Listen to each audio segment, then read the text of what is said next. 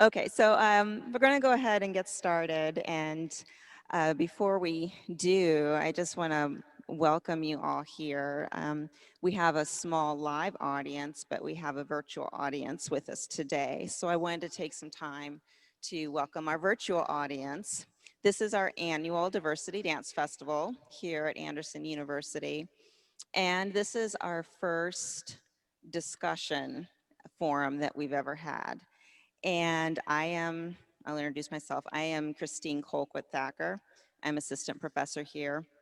I am joined by my fellow full-time colleagues, Professor Eric Yetter, and also Professor Rachel Stone King. Rachel is going to be helping us with some questions tonight. Is there anything you need to share, Rachel?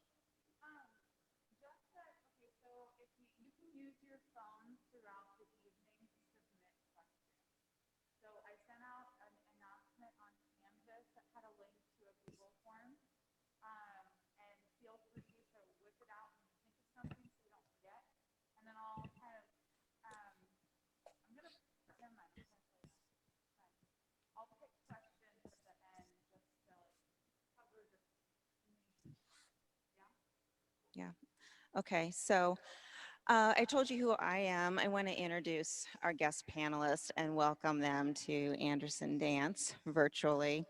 I'm going to introduce them first, and then I would like for them to tell us a little bit about themselves before we get into our discussion tonight. So we have Chandra Moss-Thorne. Yes, and yes, round of applause for Ms. Chandra. We have Ms. Nicole Clarke-Springer. And Mr. James Gilmer. So I'm going to let them go ahead and tell you a little bit about themselves and their career, where they are now, who they might have performed with, and we'll just go ahead and start with Chandra. First, Christine, thank you so much. I'm so honored to share this space with James and Nicole and you. Thank you, Anderson University, for hosting this. I get nervous too, but I do have to say it was so amazing to hear more than one person clapping. Like it felt like we were back in a theater for a moment. So I grew up in Cleveland, Ohio, and trained at the School of Cleveland Ballet, but I didn't start there until high school. So prior to that, I trained at a small school, and I credit that school for just igniting the fire of my passion to perform. It was just wonderful. And then Cleveland Ballet is where I kind of started to hone my training. In preparing for this talk and looking back at preparations for other talks, I realized just how diverse Cleveland Ballet was. And I think that'll come up in the conversations later that we have. But I wasn't ready to go join a company. Definitely not technically prepared for that. And also I did want to experience college. So I went to Butler where I met Christine and we roomed together. And I fell in love with my professor and the dancers there at that time. And we had a really unique bond of just work, a seriously strong work ethic. We had a lot of fun as well, but just that desire to explore our art. So after that, I went to Dance Theater of Harlem for a couple summers, worked with their dance ensemble, which is basically their second company. We did tons of lecture demonstrations. And then it wasn't the right time for me to join the company. Luckily, I got a job with Cincinnati Ballet.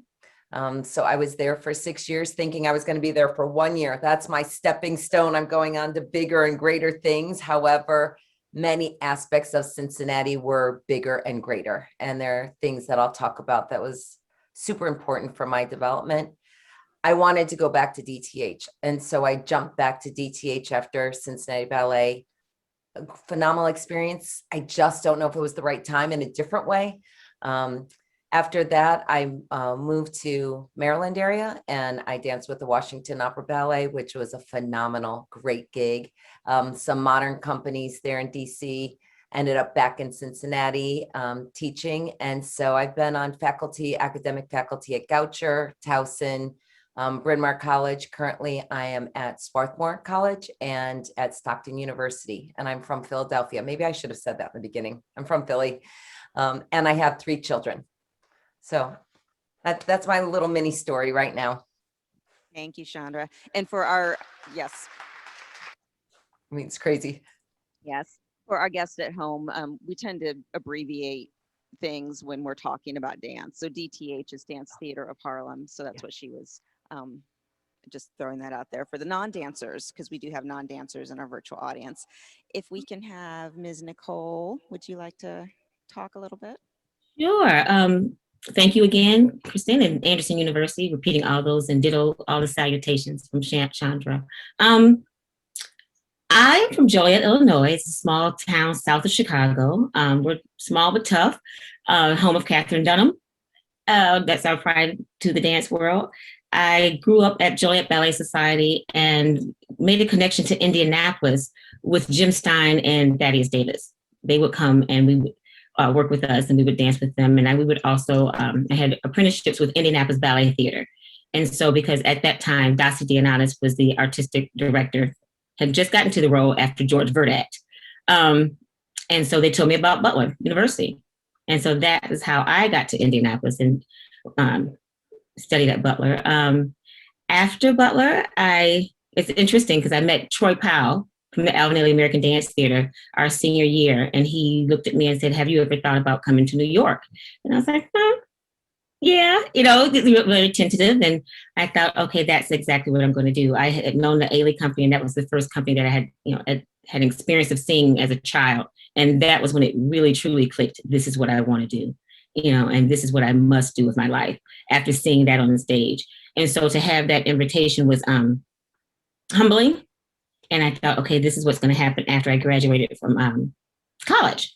Fast forward, I went home, graduated, just knew I had to get out of my mother's home. And, and I decided, okay, we got an apartment in New York. We're going to go hit Ailey face on. And I was invited to an audition. And at that time, saving money, teaching at Chicago State University, the dance department there.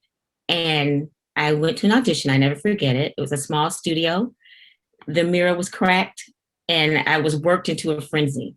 The entire place, the room was just full of sweat. You could feel it. It was palpable. And I remember a man standing 6'7", arms stretched from one side of the studio to the next. And he was just beating us, and working us. And I thought, and it was clear as a bell, I am never leaving his side. And that was Deeply Rooted Dance Theater.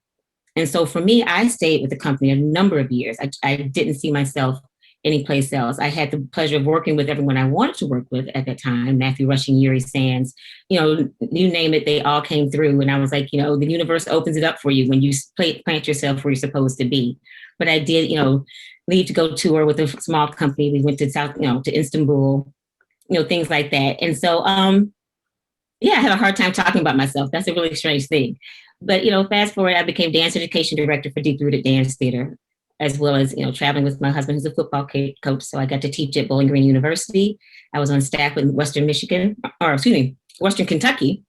And then I'm now currently on staff and teaching for Northwestern University. And I am the artistic director of Deeply Rooted Dance Theater now. Go figure, they gave me a job. So that's pretty much in a nutshell, quickly, We did okay for ourselves. I think so, a little bit. Yeah, it wasn't too bad of a freshman class rolling into Butler. We did okay. Okay, I'm going to have Mr. Gilmer talk with us now. James. Hello. That's it's hard to follow up all of this excellence, but again, Christine, thank you for even inviting us to open up this discussion, and thank you, Anderson University. I am originally from Pittsburgh, Pennsylvania, and I first started dancing when I was 5 years old. My parents threw me in a ballet tap sampler class at a small school called Larry Service School Dance, and I was just in love with ballet from a very early age and trained at Pittsburgh Ballet Theater School for many years. Following high school, I ended up getting a second company job with Cincinnati Ballet, and I also danced there for only 6 seasons. Ironic. And following that, I had the pleasure of going to dance in San Francisco, California with ODC Dance.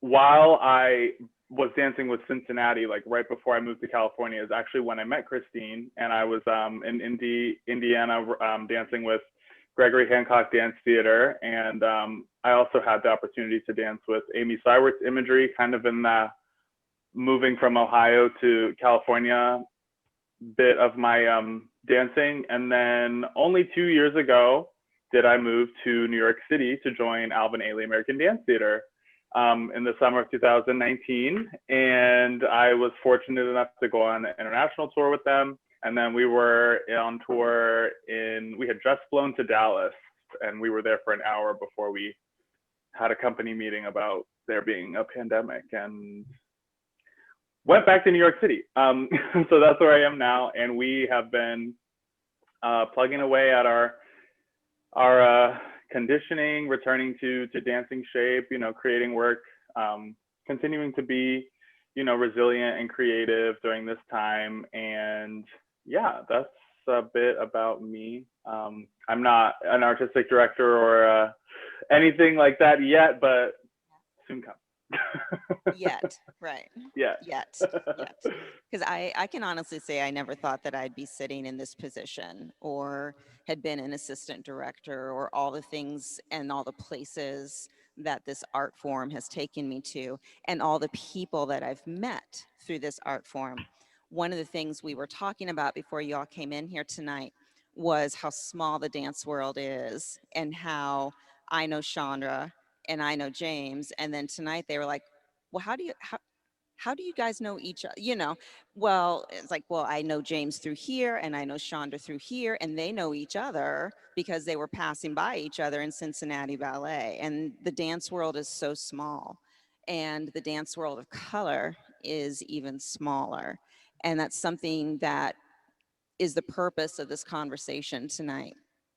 Something really massive and major shifted inside of me in May and June during the pandemic, with the loss of George Floyd and just a lot of things that were going on in society. And in previous years for Diversity Dance Festival, we've just exposed our dancers to a variety of dance forms and had a really good time. And I realized, even before we came back to school, that I needed to find a way to make change. I have access to you, my dancers, who are the future. You are the future teachers. You are the future directors, the future performers, the future arts administrators. And one of the things that we were discussing before you all came in was dancers of color lose their voice in the professional concert world. There's very few of us. And I think one of the things that really pointed it out to me was I was reading an article recently about the Rockettes. And the Rockettes did not integrate until 1985. And I'm going to age myself and say I was in high school in 1985. And they did not have an actual dancer of color until 1988. And when you're walking into an audition for the Rockettes, you've got 300, 600 people, and they're going to hire 2 people of color for a line that holds maybe 50 people. And I want you to, for a moment, put yourself into that place. If you are not a person of color, if you can imagine walking into a room and knowing out of 300 to 600 applicants, they're going to hire 2 white faces. And that's the kind of situation that we've been dealing with, but we have not talked about. And I can't make change without pulling this veil aside and showing you what's behind the curtain, and what's been behind the curtain for a very long time. And I think there's a lot of change that is happening. That's something that we can talk about, the recent changes. But what I wanted to throw into the pot for now and maybe get the conversation started is, for example, James and Chandra, when you were at Cincinnati Ballet and then you made a shift to Dance Theater of Harlem and Ailey Company, where you have a very different dynamic of color and diversity. You know, what was that shift like for you?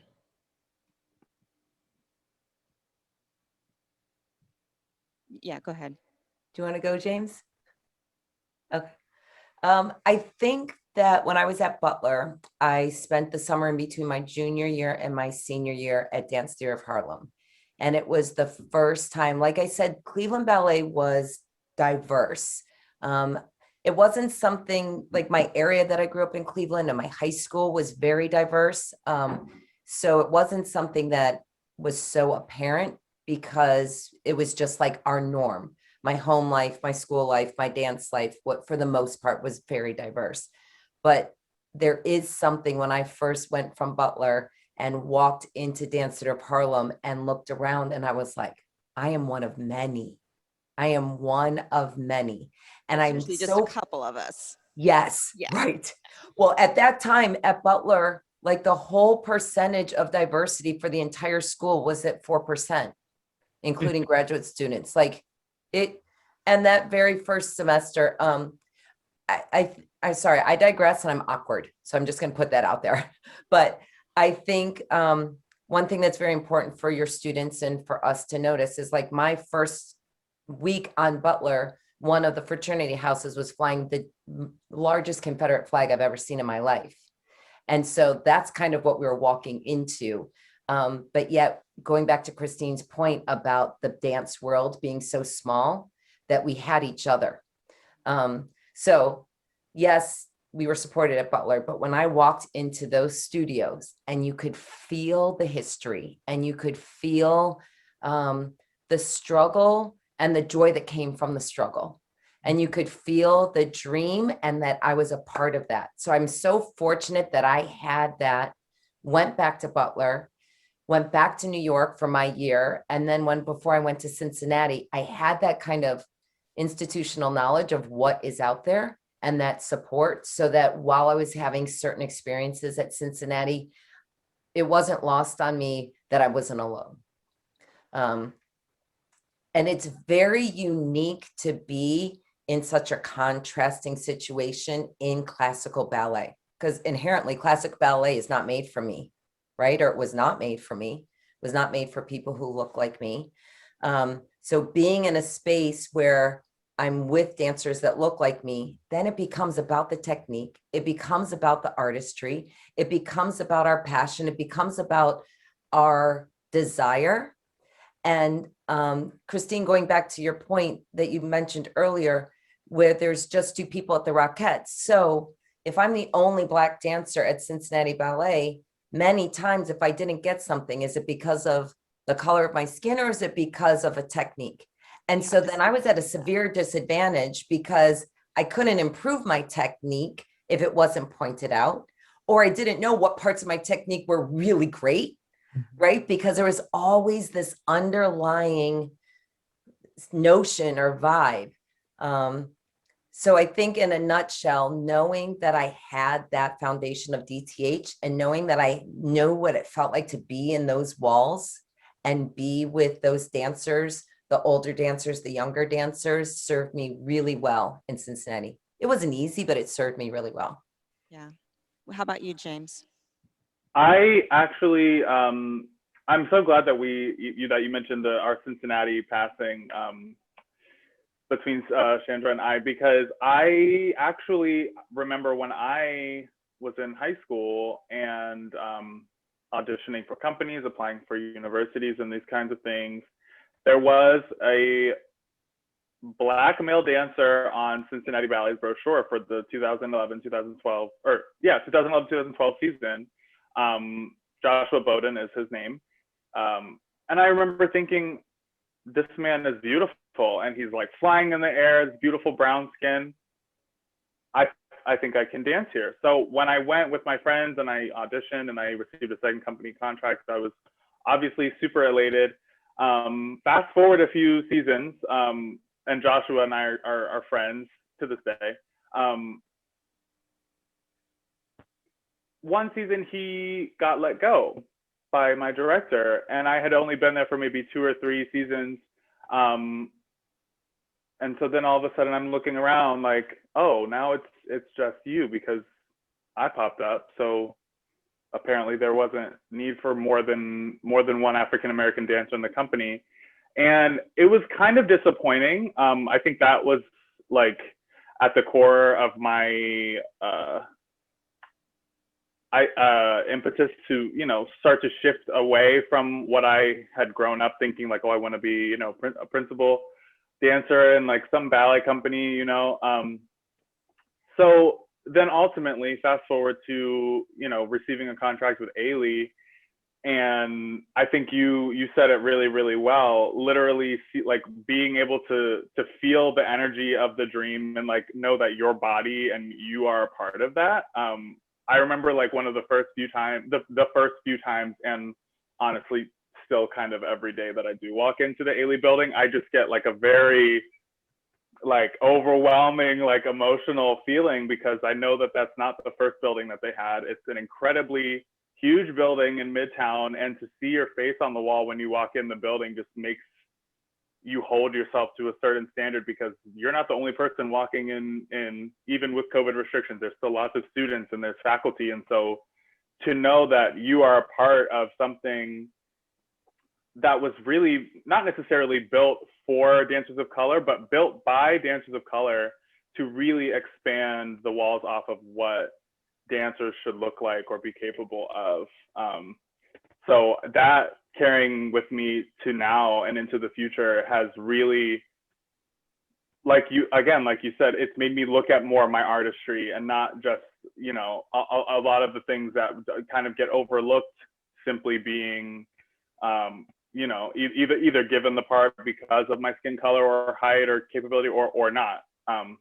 So I'm super fortunate to be able to go into the Ailey building. I mean, every day I'm literally like, ooh, I'm just like, oh wow, see my face and my name up there. I'm like, got to put in 3,000% today. Have to do it, you know. Yeah, thank you. I want to bring something up because we're talking about that feeling of inclusion. And, you know, James, you said when you saw that Black dancer, how it affected you and how important representation is. I can tell you, you know, who changed my life, you know, the ballerina I saw that said, oh, I can do this, you know, because she looked like me, just because she looked like me. And I was in this very monotone world, you know. I think we've all had that moment, but both of you brought up something that I kind of want to touch on, because what we're talking about here is a form of microaggressions where there is maybe an unintentional, or is it intentional, I don't know, form of discrimination.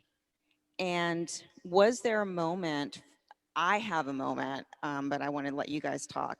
Was there ever a moment in your dance career when you realized that your color might have been working either for or against you? I'm going to throw positive or negative. I know what my moment was, and it was just as you were saying, Chandra and James. Was it because of my color? And how do I ask the director that? But I want to hear from you guys. What things stand out to you in that arena? A moment when you realized that your color might be affecting your career positively or negatively. Nicole? Yes, I've had both actually. And surprisingly enough, my first recollection of it, I was 10. Nutcracker Suite, the role of Clara, and costuming was a big deal to possibly have a little Black girl. That was my first, when I first realized, oh, got it. I'm not really supposed to be here. You know, I was 10 years old. Ballet was ballet. We were all there. You know, we're all, you know, ton-doing, dégagé, all together. But it was like, and that was the first conversation that my parents had with me. Then the second, for the positive, I was actually late. I hate telling this story. So don't ever do this. I was late to an audition because I got lost in Chicago driving from Joliet for Gus Giordano. And Nan, she came to the door and she looked at me. And she was like, I'm looking for a dancer. And I knew what she meant. But she said, but if you weren't so doggone pretty, I'd make you go away. And I thought, okay, got it. This has nothing to do with pretty. This is what you're looking for. You're trying to check a box. And I went in and auditioned, but I was thought, okay, so that works in my favor as well. If, check the box, I can, I'm in now. There's a need for one. And so it kind of worked both ways. But my first recollection of that, I mean, there were many other times, but the first time I can actually remember knowing what was going on and realizing that I'm really different in this world was 10. I was 10 years old. Yeah. Chandra or James? Chandra? It's interesting, like hearing you say that, Nicole, at 10. And I think when I look back, I could see those moments, but I didn't feel them at those moments. And I think, like I said, I often think about why. And I don't know if it was because like the street I grew up on was so diverse, how I brought that up before. And if that, my mom was a single mom, and she on her own, like got her MBA, got her CPA. And so like the work ethic was expected. And so we just worked. And so, which maybe it was a disservice sometimes if I just thought, okay, I didn't work hard enough, but James, Jay Goodlett from Cincinnati. And so at the time that I was there, Jay Goodlett and I were the checking the box for the one and the one. And I was on a poster more than once, but Jay and I were on a poster together. And I texted him just recently when I was going through things. I was like, Jay, I think that was Black History Month. And I'm pretty sure we're in patterns that are supposed to be African patterns, but they're not African patterns. And is that an elephant? Like, are we on a safari? But at the time, Jay was choreographing one of the pieces. I had 2 leads and we were working. So we knew it. Like, don't get me wrong, like we knew it. But at the same time, Christine, to your point of like, where did it serve me? I got phenomenal roles that I worked really hard with. And I worked with repeteurs of those roles that treated me for my technique and my artistry. So there was the flip side to that. So yes, that worked, I guess, in my favor, but in my psyche and looking back, probably not really. But then at DTH, if you could turn, you did the turning point, you did vortex, right, in the river. If you were more languid, you did something else. So, and if you were in the ensemble, you did one of 4 things, but everybody in the ensemble did one of 4 things. So that was my little short. Similarly, I mean, both ends of the spectrum for me, I think, I think also having male privilege, let's just like throw that into the mix too. From the time that I was in ballet school with, ironically, the one other male student in my class was also a little Black boy who's actually a soloist at Pittsburgh Ballet Theater now. And I remember like hearing that we wouldn't have a hard time getting jobs. Like we, as we were getting older, we were getting stronger and we were, kind of lengthening out. I never heard from teachers that I would have a hard time landing a job. Granted, like you said, Chandra, like the working hard is I feel like that's a part of it. When your example, within your family is hard work, you kind of just naturally work hard. And so I too kind of like in the moment of, gaining either opportunities, in the moment, it's hard to know if it is really, so black and white, but in reflecting, some circumstances, I don't know, it's very tricky because when I was in Cincinnati, I think around the time when my friend Josh Bowden that I mentioned in the previous story, around the time that I got promoted to be a soloist. And then I feel like that's when my director was like, well, we don't need any more Black dancers. And I'm thinking like, we're not even remotely the same color, like at all. So like, as you can see, like just on this panel alone, like we are not very dark Black people. So I know that the colorism within ballet, like I feel like that I have felt that a bit, constantly dancing Arabian, like we, as we've, kind We of were gone talking into. about that before y'all came in. Everybody, Yeah, Butler was all of our Arabian. roles. And so, I think you can only kind of experience so much of it before you do realize like this is not comfortable to be so performative. But yeah, I certainly think around that time, kind of also like what, getting to be more of like kind of the soloist level dance. I did have to have certain meetings with my artistic directors and like rehearsal directors. Like I wanted to be pushed in things where I would have to be on stage with tights on, like I was, if there was a choreographer coming in for a new works program or, contemporary repertoire, I was always cast, always in the first cast, maybe even in the first and the second cast. And so, I had to kind of vocalize, like, I want to be the Snow King. I want to try to be a prince. I want to be out there, doing this kind of stuff. And to be very honest, they listened to me and I was dancing the Snow King and I finally got to be a prince in Cinderella. And to be honest with you, I didn't really love being a prince. So, you live and learn. I can't fault you for that. I don't blame you. So I have my own story and I don't want to take too much time, but I do want to like grab a thread within it and then pull us into a different direction.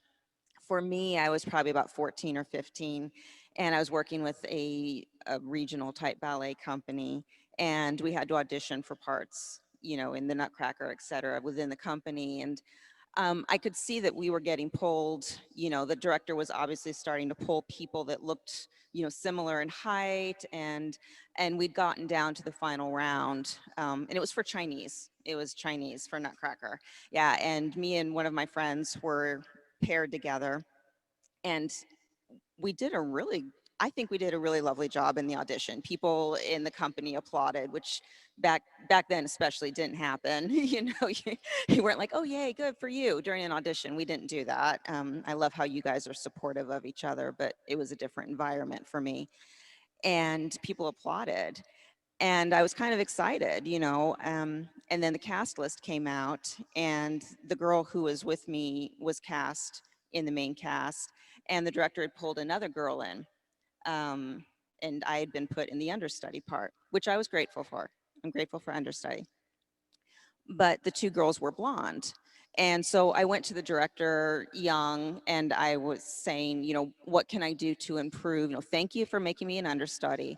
What can I do to help improve my technique? Just like you were saying, Chandra, how can I improve? What is it that needs to happen? And she was very lovely. And she, oh no, everything was great. You were wonderful. I wanted two blondes in the part. And it's like, oh, okay, well, I'm not doing the blonde thing, right? Showtime comes around and she puts two black wigs on the blonde dancers. Yeah, Nicole just cocked her head. And so that made me go, did she really want blonde dancers or did she not want a brown dancer? Because she put two wigs on these blonde dancers and made them brunettes.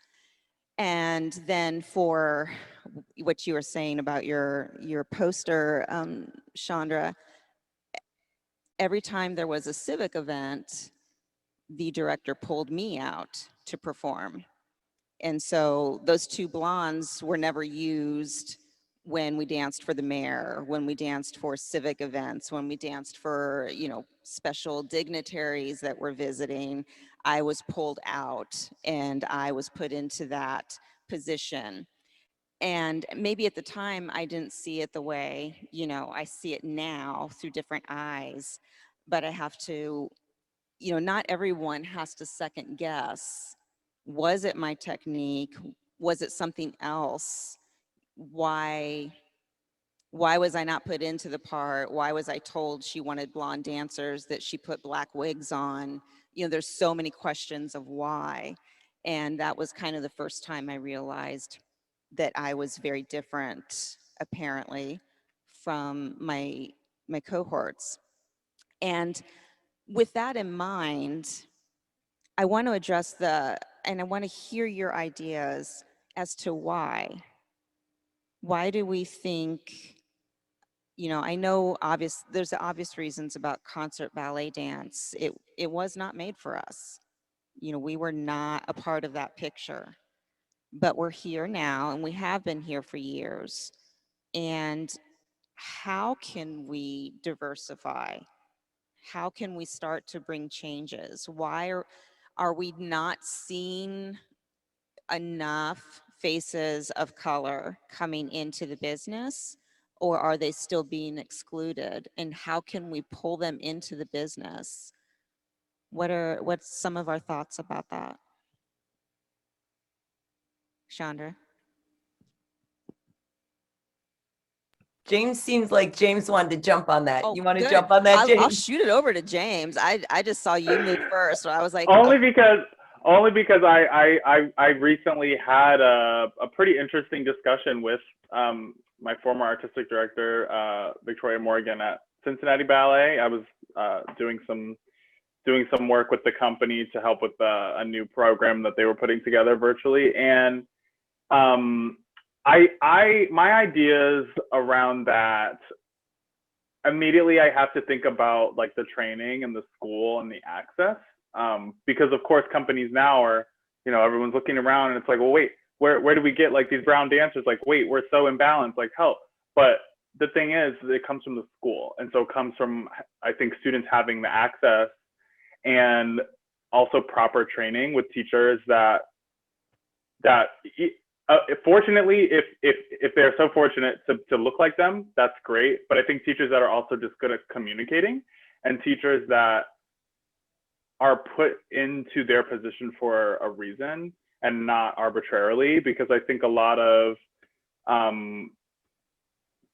positions and a lot of these kinds of decisions are made because of the relationships that you have with other people. And as with most organizations, as with, as life goes, your relationships with other people and how you work together and communicate is ultimately, I think, how culture and society thrive. And so I think having, cultivating relationships with dancers of color from a younger age, just giving that attention, but then also as I get older and become, more interested in things outside of just being the dancer, I think it's kind of letting these things pick up some momentum. I've never pictured myself being a choreographer, but I choreographed the first thing I ever choreographed when I was like 12 or something. And I choreographed again when I was in Cincinnati. And so kind of letting these voices kind of like get out, and not letting opportunities to maybe be, an artistic fellow or some other position where you can easily insert yourself and ultimately, potentially make a great change. I think that those are my like kind of scattered ideas as to how that can, make some progress in the future. But there's a lot of work that goes, I think, into even getting, the younger generation of dancers to look more diverse than the current pool of professional dancing artists. If I can piggyback off that, I think education is key, James. And I'm glad you said that. For me, the education component is actually, I think where we falter in the teaching of ballet is that it's always taught from a perspective how we received it, that it wasn't created for us. But there is a component that belongs to us. The Moors help, create in the creation thereof. So to know that can see ourselves someplace in that pattern, it empowers a student, and then we don't have that innate fear as a dancer of color of ballet, that we don't have the right body type, and we can dispel those things first off. And then if we then take the next step to also understand that we as instructors of color have to teach it in a way that works inside and speaks to who we are physically. When we try to make the expectations of a Sylvie Guillaume, who is an alien unto our own self, no one looks like that, or Misty, we have to make sure that we deliver it and on a platter that says, find it inside of how it works inside of your body. This is the parameters, but you have to figure out how this technique works inside of your body. and can be achieved, and the vocabulary can be, expressed in a way that is perfect for you, and then so once we get rid of those fears and allow students to play and learn inside of that environment, I think you're going to see more dancers start to gravitate and maybe think about more of a DTH or collage collective in Memphis, Tennessee, or, exactly. They're an up and coming, beautiful Black dance, ballet company. But at first we've got to, make it, so it's not, we got to dispel the myth that is not for us, and we have to stop coming with fear. I find a lot of my students, especially when they audition for, my summer dance intensive for a Deeply Rooted, they're surprised that the first thing I do is give them a ballet bar. They think they're going to come flat back because everyone assumes that if you come from a ballet background and then you go to a modern company, you couldn't cut it there. No, this is what I just decided to do. And actually, my ballet technique has made me a stronger modern dancer, and I can understand all that you're asking me to do and go in and out, hop in the point shoes, take them off, do what I need to do. But we have to just get rid of that fear, the fear of even trying it. I'm jumping right on both of their comments. Plug in for collage dance and Kevin Thomas. Christine, please share his work. He is really doing a lot. Phenomenal.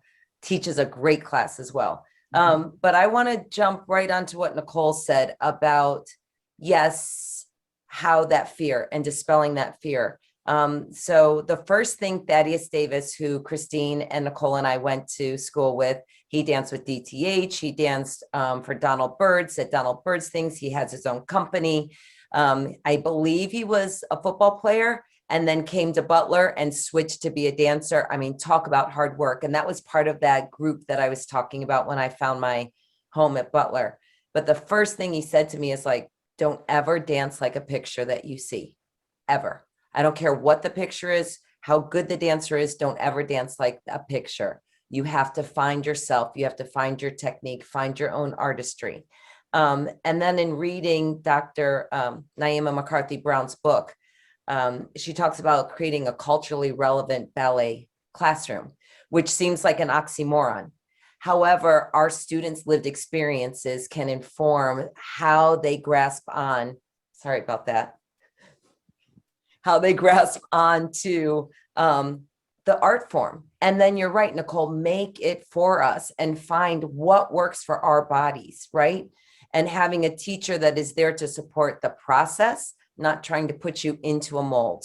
Also, on the other end, we need to have BIPOC people on boards. We need to have BIPOC people in arts administration's positions within the organizations, and then a fearless leader who is willing to step outside the box, right? And a box they should step out of, but then, where do we live? We live in a place where money talks. And so if the board doesn't like something, they're not going to support it. And so that can lead some very well-meaning person who has all of these ideas finding themselves in a limited situation. I'm speaking more from a ballet perspective. But then if you're able to have that, then you can have an infrastructure that supports the programs that they term as outreach, right? Where the companies go in, they teach dance. We find like 2 dancers of color maybe that are great. They bring them in, but there's no infrastructure built. There's not enough representation so that those dancers then make it through the program. Their families are supported to come see shows. They're immersed in the culture that is that company, that school. So that's a lot. James and I, yeah, we're all over, but I think we're touching on like a whole bunch of different things. Yeah, and that's kind of why I wanted to have this conversation. I mean, obviously we literally could talk for hours. But what you were saying about bringing it into the classroom, that's why I wanted to expose you to our dancers, because that is what I think is the next step. We've seen some changes. Good Lord, we can actually buy undergarments in our color. We don't have to coffee dye and tea dye everything, or our shoes. They're applauding. Thank you. Yeah. So, I mean, we're making progress. What is the next step, and how are we going to diversify culturally our classes? that were built on a very Western colonialism system. And that is something that I want to throw to the next generation. And that is my challenge to you. It is your job to now make the change. You need to be able to teach diversely all of your techniques. You need to be able to, look at the little dancer who just had a whole bunch. I mean, this has happened to me. Beautiful cornrows put in her hair, and we got a show coming up, and in my day, the director said, take those braids out and put your hair in a bun.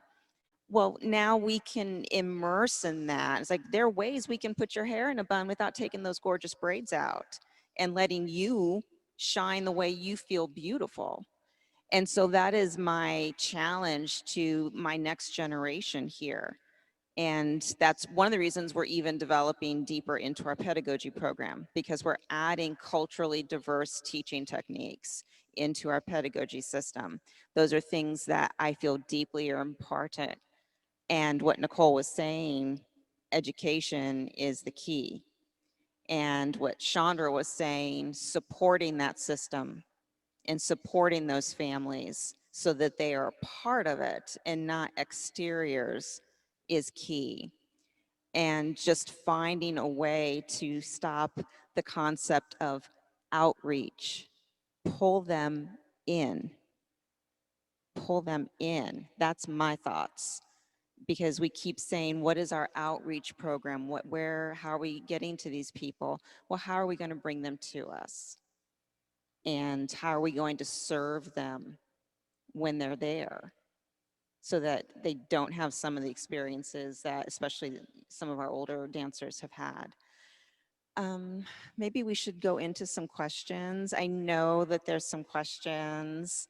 Wait, Chandra's got something to say real quick. This is short. I just want to say I greatly appreciate when you're asking the next generation to think about how they're teaching their techniques, because I love that. And I think so many times it gets lost that only ballet and modern have a technique.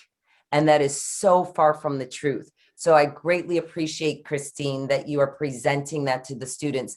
Every single form has a technique, every single form. And just because it doesn't look how Western one method looks does not mean it's not a technique, and does not mean it's not hard as heck. Because I'm sure and that we could have a whole night conversation on that, because that was something I did want us to talk about, and I don't think we have enough time to really touch on it. But you are so right, Chandra, that there's so many other techniques that need to be integrated into the traditional dance system to create a well-rounded dancer, and not just a well-rounded dancer, but a well-rounded human, which is the goal, because you can't have an artist if you don't have someone who is textured and well-rounded.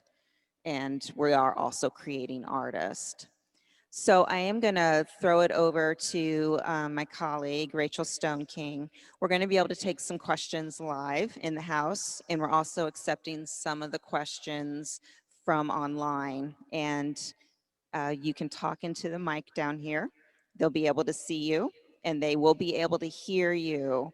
I know we had some problems with that earlier, but they will be able to hear you in our virtual audience as well. Okay, so we had 10 questions submitted. So I would like to ask a couple of you to come up and ask your question, but I'm gonna only pick some of those just for the sake of time and because there was a little bit of overlap in the topic for it. So if you're willing, you don't have to read your question, but if I call your name, I'm hoping to get your question asked. So if I call your name and you're willing to be the person to read your question, please just come up here and have a seat in the row up here, okay? So Becca, Kaylee Meeks, Meredith, Elissa, oh goodness, so many more, okay. I'm so glad you guys had questions. One of the things we talked about before you even came into the auditorium, Chandra was saying, I want to know what your students want to know. Yeah. I want to talk about what your students need to hear. And so I want to make sure that I'm really grateful that you guys have some questions. Okay. And then also, if we have time as well, I've got KB and Sarah Meyer too.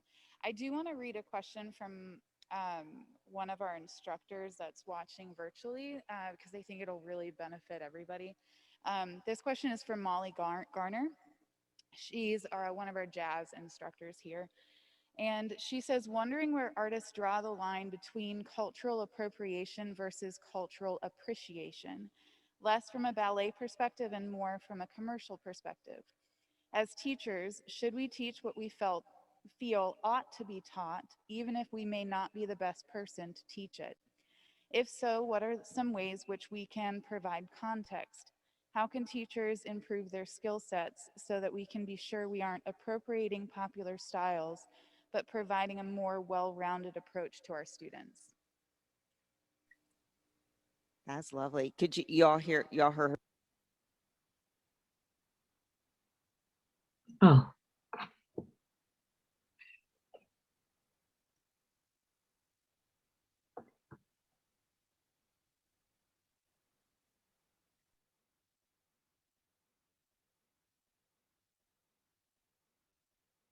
Hear me? So for Nicole or Chandra or James, do you have an answer for that?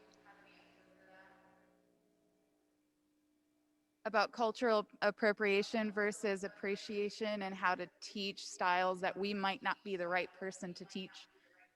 you know what's so interesting about that? I just had this conversation, and I think, again, being the artistic director of a company of color, everyone assumed that my background was Black dance, and I came through learning cuckoo, in West African, and that was not my thing. I had my first experience with it was at the Ailey school, and it wasn't Pat Thomas, had the stick for Dunham. My world was rocked. It was, and hold it, and hold it. And I was like, what in the world? And then I learned to break with a break, gun, gun, gun, gun, gun, gun, gun, gun, you go, but that was later on. And to this day, I will not teach an African class or a Dunham class because of the fact that I respect the fact that there is a history and there is a technique. And African dance is not you just flailing around your body. Cuckoo has a language. It has a specific rise and fall that they're looking for, and the timbre inside the music and understanding it, what the drum is telling you, because it's informing you and how you what you do and how you do it. And so I guess for me, I search out those who know, and then I learn from them, and I make it a point to expand and go and gain as much knowledge, but I just don't venture into it. I don't know. That's just me. I know James and Chandra, you can, but I kind of stay away from it. But I respect those who are trying to broaden their horizons, for the students. But I just do think that there's a level of because there's also, especially for African dance, there's also a spiritual history for it. And so when these pieces and these dances were created, there was an energy that was there. And so to take them and bring them to the stage, as Baba Chuck Davis did, or for Dance Africa, those things, it was their energy was still there, but there was an understanding that this is not something to be just done in frivolously. That they understood that if I'm going to call up or if I'm going to do these things, I understand that. And I understand the history behind it, and I'm sharing that history with my audience versus performing for them. So, yeah, I don't know if I answered the question, but I guess. Jumping off of what you said, Nicole, I think, because I think the question is, like, choreographically, if you are going to output, to go outside of your wheelhouse. Like, I think finding the specialist, like Nicole just said, like that is paramount to me, because there's a reverence and respect and ultimately just more of a mastery, I think, of what it is that you're trying to do. I think, especially for like choreographers, like going into, bigger companies or just in schools, I don't think that in a creative process or choreographic exploration within a technique that you really don't know, and not just like you've never you've maybe like done a class, or you know, you've seen a couple of videos or whatever, but if you do not ultimately know, I would just not. I don't think it's just I choreographically, I don't think that that is the kind of artwork that should be put into the space, because that is where we kind of butt up against these issues of like, well, wait, are you appropriating or are you appreciating? If there is some, you know, if there's a phrase of hip hop moves, you got to go and find that. And actually, that's something that during my first season with Cincinnati Ballet, Victoria Morgan, you know, she choreographed her new Nutcracker, and I think it wasn't that season, but maybe the following, she wanted to include a local group called Elements, that was the group of hip hop dancers, into a scene of the ballet, because she originally wanted us to do all this stuff, and it was like, no, we have ballet class every day. So she went, I think that was the proper route. And that, to me, again, like choreographically, if that is going to be your voice, you have to use your voice. You cannot use the voices of those that are not you.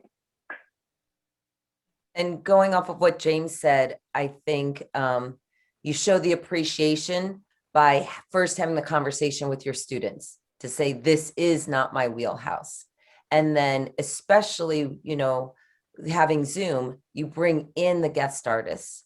Maybe if you bring in a guest artist that's going to choreograph and set a piece, you're alongside that guest artist. So you're like hearing it and taking it, so that maybe you can appropriately help to clean the piece or run it. Maybe I should say run it better.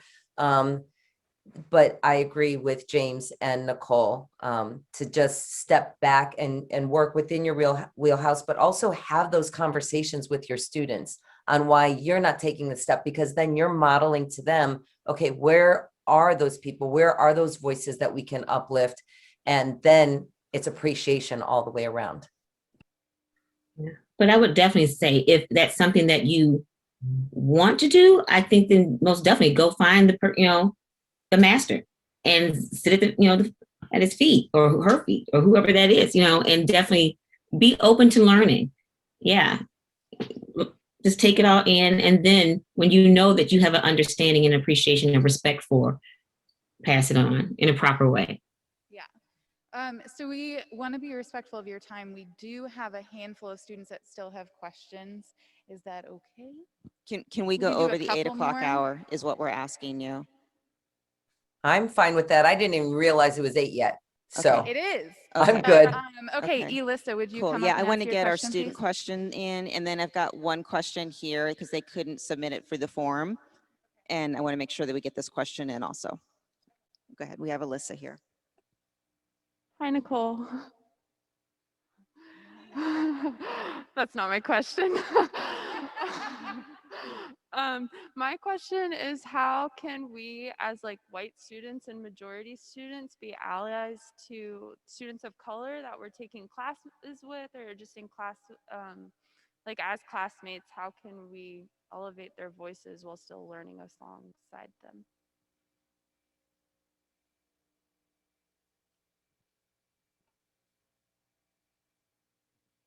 Go ahead. I think one thing is to not expect the students to educate you on everything that they're experiencing and going through, because that's an additional burden.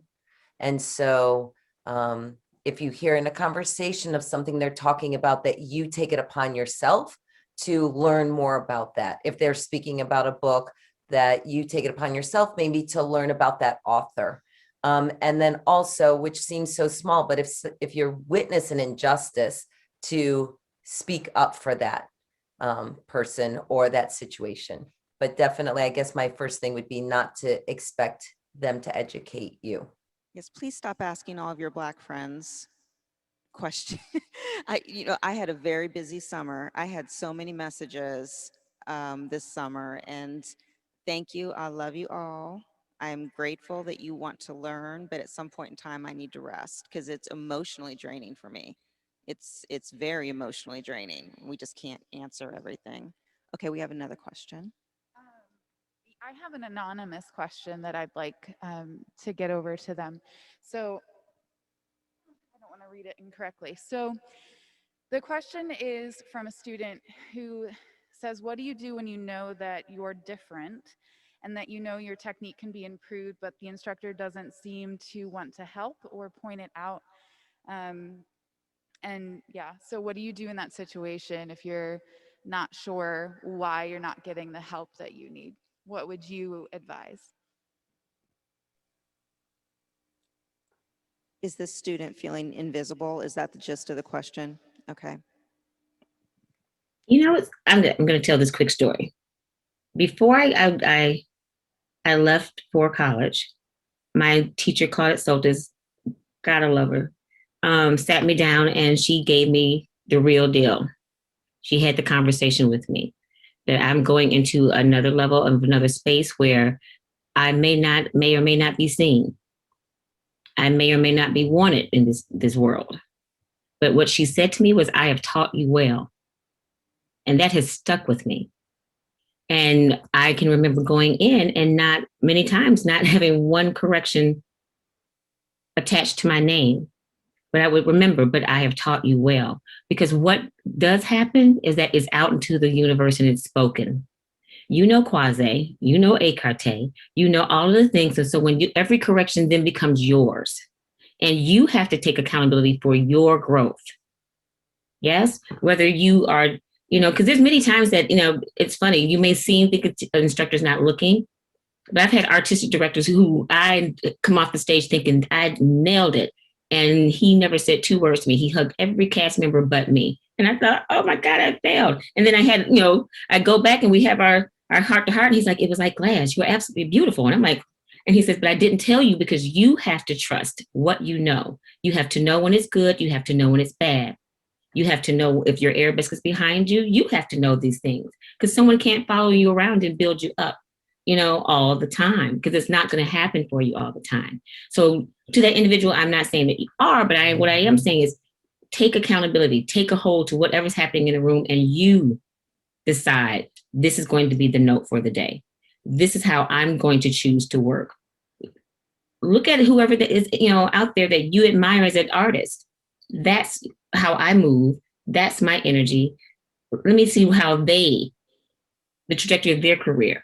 Did they go study here? What did they do here? Did they go to start taking Pilates and lifting their bodies? Did they do this? What did they do? And then start tapping in and finding your tribe of individuals that you can go, okay, I can grow in this. And then before you know it, it won't matter. It doesn't matter. You have to have accountability for your work. Yeah, because at some point, you're going to, run up against the same thing. And it can be for so many different reasons. Sometimes we as instructors, we're like, you know what? He or she needs to learn. They need to know for themselves. Yeah. Okay, we have another question coming from a student. You can pull it down. I'm sorry, I'm short. I first wanted to apologize for my lack of intelligence on this topic. Okay. What is the difference between racism and being typecasted? And what is the difference on how you feel between the two? That's a heavy question. What is the difference between racism and being typecast? What is the difference between the two?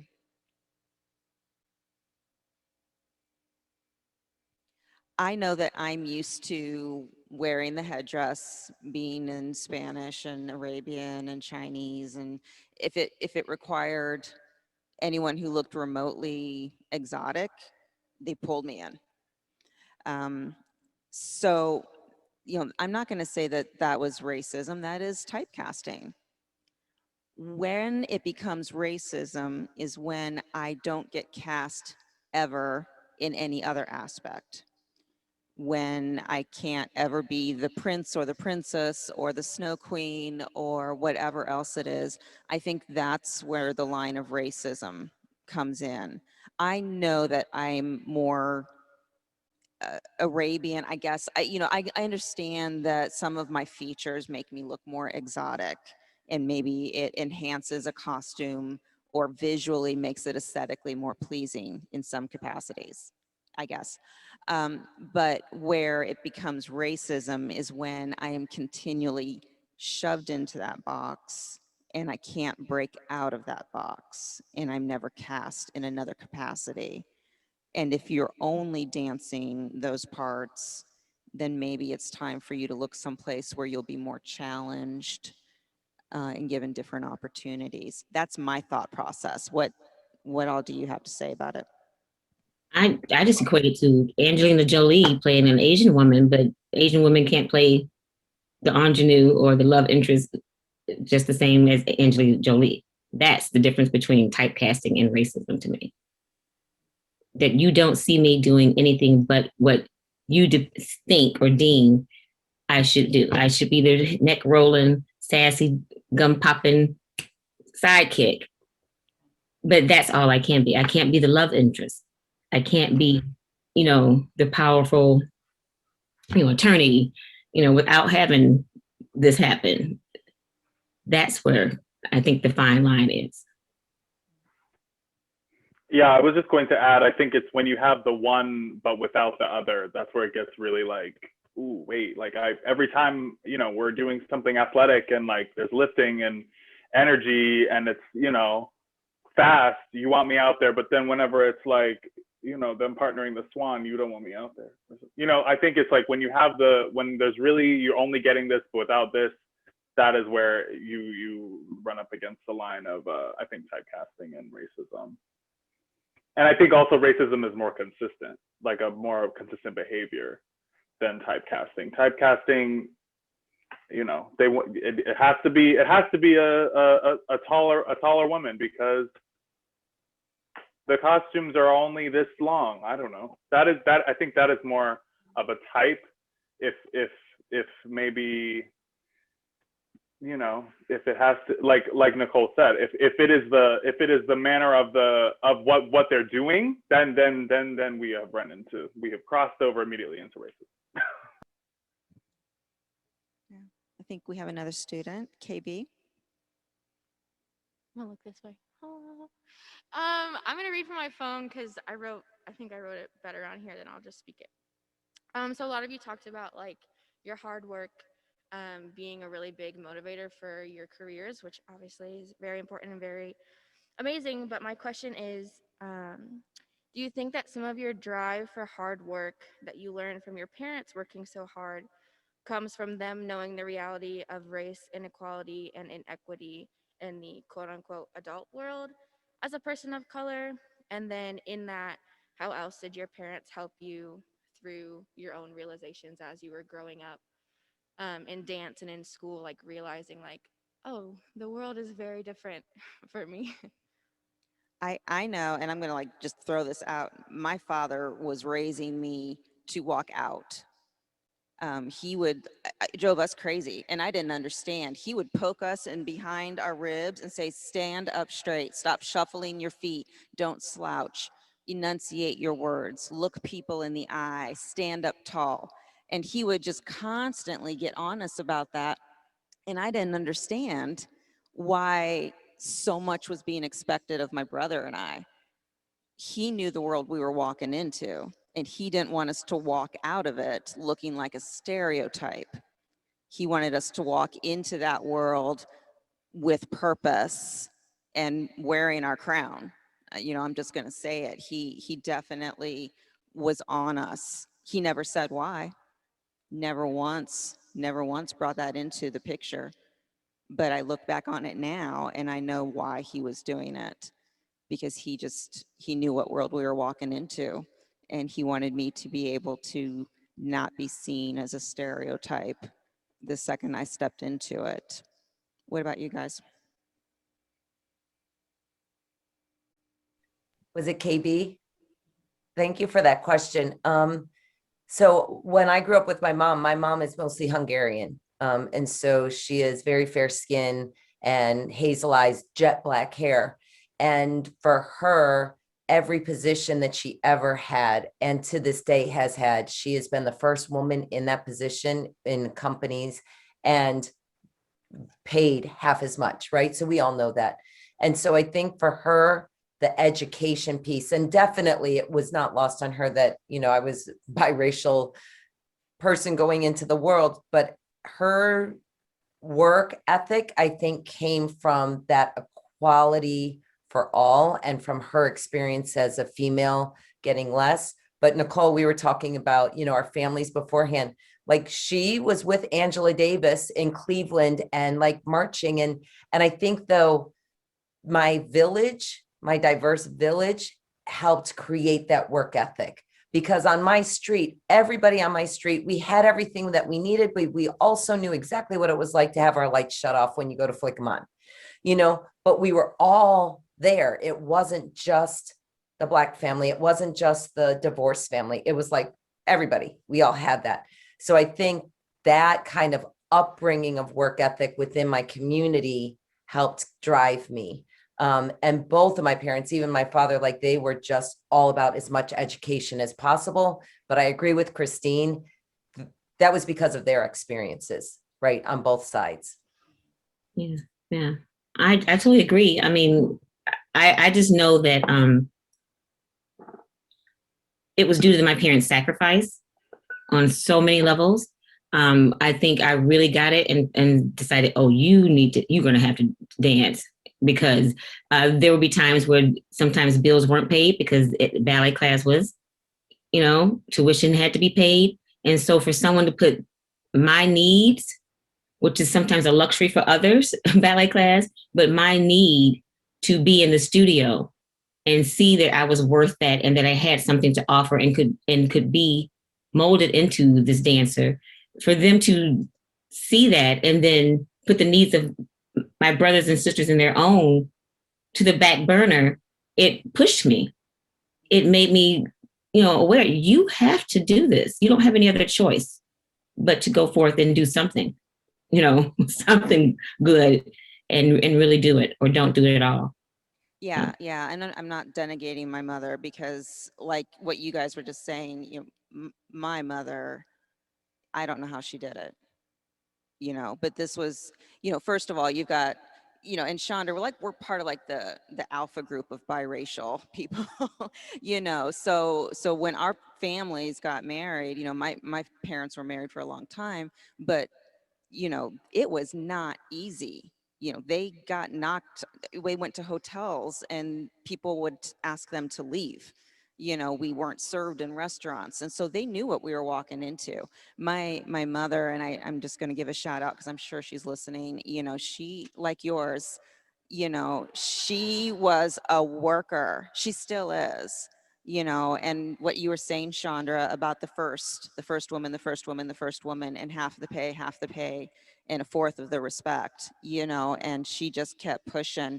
And like Nicole was saying, I had no, failure was not an option. You know, if she's driving me through a snowstorm for an hour to take me to ballet, then I gotta deliver. And I wanted to. I didn't feel that it was undue pressure. I felt if they believe in me like this, then there's nothing that I can't do, because they're raising me up for that. Another. No, I think actually if you just want to finish off with the question that's in the chat box that you Sure. have. Yeah, I'm going to throw this question, and Chandra, especially, this is coming from Gilly. Do you remember Gilly Baining from Butler? Okay, this is like my sister. Okay, so I was like, if she's asked, I got to get this question in, but it's also an excellent question. She said, do you find that you were taught about dance, all disciplines, the way that you were taught about it might have been whitewashed? For example, were you taught that Bob Fosse was the father of jazz, or that Balanchine used black bodies for shock value? I have thoughts, but I'm going to try and not take up the whole floor, because you know I could always talk.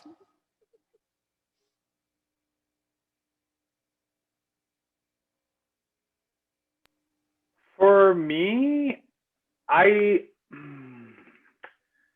I think I think like going into a ballet school that was obviously being directed by a white man and a white woman. I didn't think that I was learning. I guess I didn't have an idea in my head that I would be learning something that was not inherently white. Like I kind of knew a bit. This is what ballet is. This is how it has gotten this far. And so, in getting older, and then also hearing these other things that they've included in the question about Bob Fosse and like George Balanchine, like these kinds of iconic figures in the artistic realm that are very deservingly celebrated. But, learning just certain behavior that is, no person is perfect. Alvin Ailey is not perfect. Like Martha Graham is not perfect. These people are not perfect. And so I think I don't know, maybe it's just me, but I feel like there is a level of kind of like grace that you have to have in terms of not judging every single person, especially because I do not know Bob Fosse, I don't know George Balanchine. I don't know what kind of person they are. So I think like when it comes to how much you really take that on, I think it's subjective to who your experience, obviously, but I remember consciously knowing and thinking like I want to do this because I saw the one black man dancing in Pittsburgh Ballet Theater School, or in Pittsburgh Ballet Theater in the company, and I feel like if he can do it, I can do it. Like, so I don't think that like allowing that to hinder your artistic growth, that definitely didn't hinder mine, but I do think that to some degree, depending on where you are and what kind of schools of thought are being thrown at you, I think that they do kind of they tend to idolize certain people that maybe didn't have the whole, didn't fully understand everything, and maybe didn't make the best call every step away along their life, because nobody does that. Yeah, I don't think you should villainize anyone. I think it's like you said about Bob Fosse, and then I think it makes me think about Jerome Robbins, and that legend has it that Tally Beatty actually did most of that choreography for West Side Story, but never got credit for it. So I think when you start to find out things like that and understand the history, because jazz has an African base, things like that, it doesn't anger me, it empowers me. And then it opens up a space for me to learn more, and not just about who I am as a Black dancer, but all different types of dance, Bollywood. You just want to start to gather more information so that you don't make the same mistake, and not do that. So I think definitely I came in to a thought where things were whitewashed and you thought this was the end and be all of everything. But I think when you start to expand yourself and open yourself to different individuals through your journey in dance, and get as much, gather as many tools from no matter who is in front of you, just take it all as jewels and put them in your pocket, then you'll start to appreciate it all. And then we can just, like I said before, dispel all of this, and there's no more whitewashing. This is who did it. This is where it comes from. This is the reality of it. Let's move forward. Right. And I think it's about giving credit, right? We've seen that in modern day with TikTok. Very evident, very evident.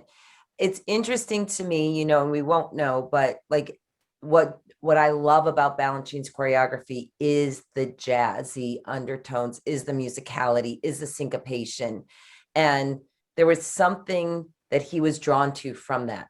And so thinking about what we talked about before, the infrastructure, who has the money, who was making the decisions, who makes decisions in dance is usually the critics who write about it. But who are the critics? They're usually white people who have a certain viewpoint that they are giving us. And so it makes me wonder, was there ever the moment that Balanchine would have presented where his movement came from, what he was inspired by, that using Arthur Mitchell was not only shock value, right? But that he saw the rhythm in Arthur Mitchell's body. But I'm guessing, maybe it was shock value, or was that somebody who wrote about that then? And then someone who had the money who said, we're just going to go down this path. And Balanchine's like, well, this was my dream, this was my idea, but it shifted. Like, we will never know. So I think going forward, what it is just educating ourselves, just giving credit. It is so easy nowadays to give credit, and actually people appreciate you even more. You know, I'm going to say a few things from today. I'm going to be like, James said this. Oh, and look up James. Nicole said this, and look up James, and check out Anderson University, because Christine's got this fabulous thing. So it is just about educating and making sure when you know the credit to give it. Yeah, I agree on that 100%. Yeah. And it is so vital. It's so vital. I know, like, when we were in college, we had these technique classes on, they taught us the cakewalk and the castle walk, and yeah, we all remember that. But we were never educated about the cakewalk. So I'm grateful to have learned it. I wish our education had included the history of it. And that's where you come in, because that's going to be your job. You're the next ones. I'm going to do what I can, but I am going to give you that challenge when you are teaching these things, when you are talking to your students, when you're teaching tap. Throw those lessons in. Explain to them where tap came from. I mean, really came from. Like, we're going all the way back. And, explain to them where jazz came from and where a lot of these technique, and it doesn't have to be a big deal. It just is a little 30-second blurb. And you just keep feeding and feeding and feeding the garden, and just watch it grow. That's my thought process on that. So, okay. I think that's all the questions. Is there anything, before I let you guys go, that we have not hit upon that you feel very moved to share? Is there anything that, yes, go girl. I just want to go off of what you said, and this is to the students, both in the virtually and in the audience, is that when you're presenting, just like Christine said, that you can present it as one history, so that you're not just doing these two parallel histories, that you're incorporating and you're saying, well, this person fed off of this person, so that it becomes more natural that there is a dance history, not Black history that is like layered on top or underneath for any dance form. That would be just my recommendation or my hope for everybody. That's beautiful. Yeah. I think it was maybe the first question, or whichever question was pertaining to how to be better allies for dancers of color or artists of color within the space. And that just made me think to vocalize remembering that creating art and art in general is a privilege. To create at all, to go to a dance studio, to have a bag of dancing shoes or dance clothes, like all of that is privilege. And so I think in a time and space where maybe you do want to uplift one of your Black friends or anybody, I think remembering that where once you're in the dance studio or whatever art, whatever form of art actually it is, because I think all art comes from privilege. I think just remember what maybe those people have gone through to get to that space in that very moment, because everyone's experience up until there is so different and so nuanced that you just don't know how they could be feeling inside, or how things maybe at the front of the room or what you're literally creating and cultivating together could be affecting them emotionally. I think that there's just a lot that goes into that, and remembering how privileged we are to be artists in the first place, and to have the kind of voices that we have and the kind of artistic expression and freedom to do so here is all a really, really great, huge, very weighted opportunity of privilege. Mm-hmm. Yes. Yeah. Nicole, did you have anything that you wanted to share before we say goodnight? No, I just think it was beautifully said, and I just encourage us all, no matter what our colors are, to stand in our truth, our authentic selves, share yourself, be open, and just keep dancing. Because like you said, James, this is a privilege. I wake up every morning and go, they're paying me to do this. What the devil? They are paying me to do this, and I'm gonna go do it. Yes, it's an honor. I don't regret not 1 minute of my journey, not 1 minute of this ballet. I've danced since the age of 3. So thank you so much. Yeah, absolutely. Mm-hmm.